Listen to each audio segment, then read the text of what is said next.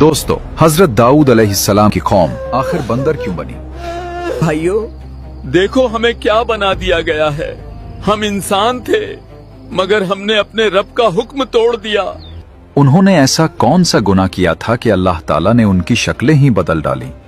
ये कोई आम वाकया नहीं है, बल्कि एक ऐसी इबरतनाक कहानी है जो आज भी हमें खबरदार करती है कि अल्लाह के हुक्म के साथ चालाकी करना कभी कामयाबी नहीं दे सकता। क्या तुमने सुना? पैगंबर दाऊद की कौम के कुछ लोगों को बंदर बना दिया गया है। क्या तुम सच कह रहे हो? ये सच है? हाँ, उन्होंने अल्लाह की नाफरमानी की जात, उन्होंने सब्त के दिन शिकार किया जबकि वो मना किया गया था। अल्लाहु अकबर।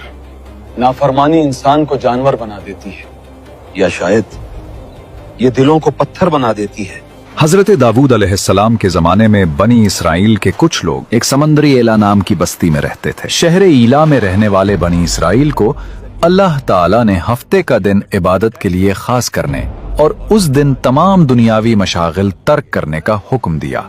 नीज उन पर हफ्ते के दिन शिकार हराम फरमा दिया।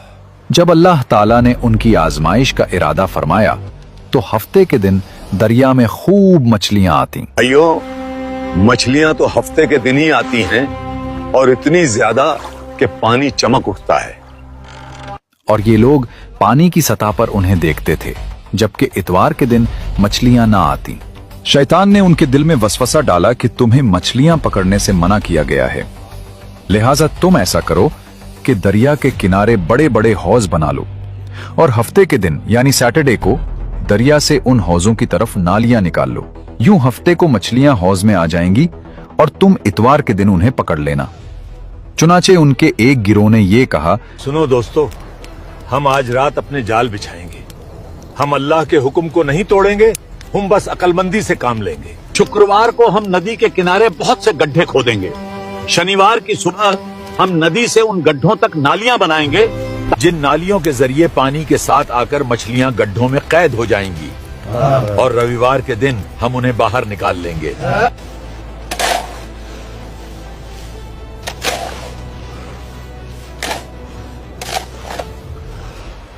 इस तरह एक अरसे तक ये लोग इस फेल में मुब्तला रहे।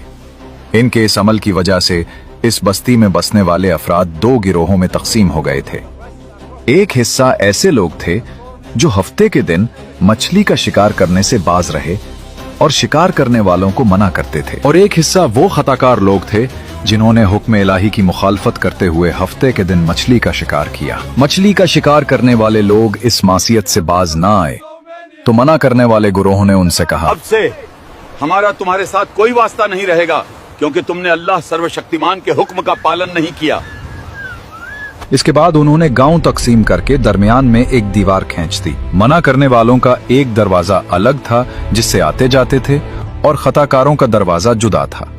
हजरत दाऊद अलैहिस्सलाम ने उन खताकारों पर लानत की तो एक रोज मना करने वालों ने देखा कि खताकारों में से कोई बाहर नहीं निकला।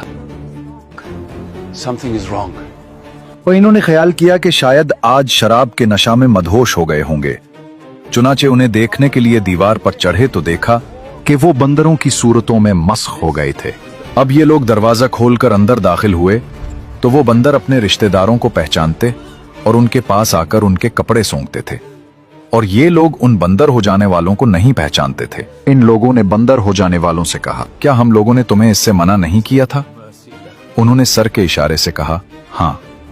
इसके 3 दिन बाद वो सब हलाक हो गए और मना करने वाले सलामत रहे। बंदर बन जाने वालों की तादाद 12,000 थी। ये सब 3 दिन तक जिंदा रहे और इस दरमियान में कुछ भी खा पी ना सके, बल्कि यूं ही भूखे प्यासे सब के सब हलाक हो गए। शिकार से मना करने वाला गिरोह हलाकत से सलामत रहा, और सही कौल ये है कि दिल से बुरा जानकर खामोश रहने वालों को भी अल्लाह ताला ने हलाकत से बचा लिया।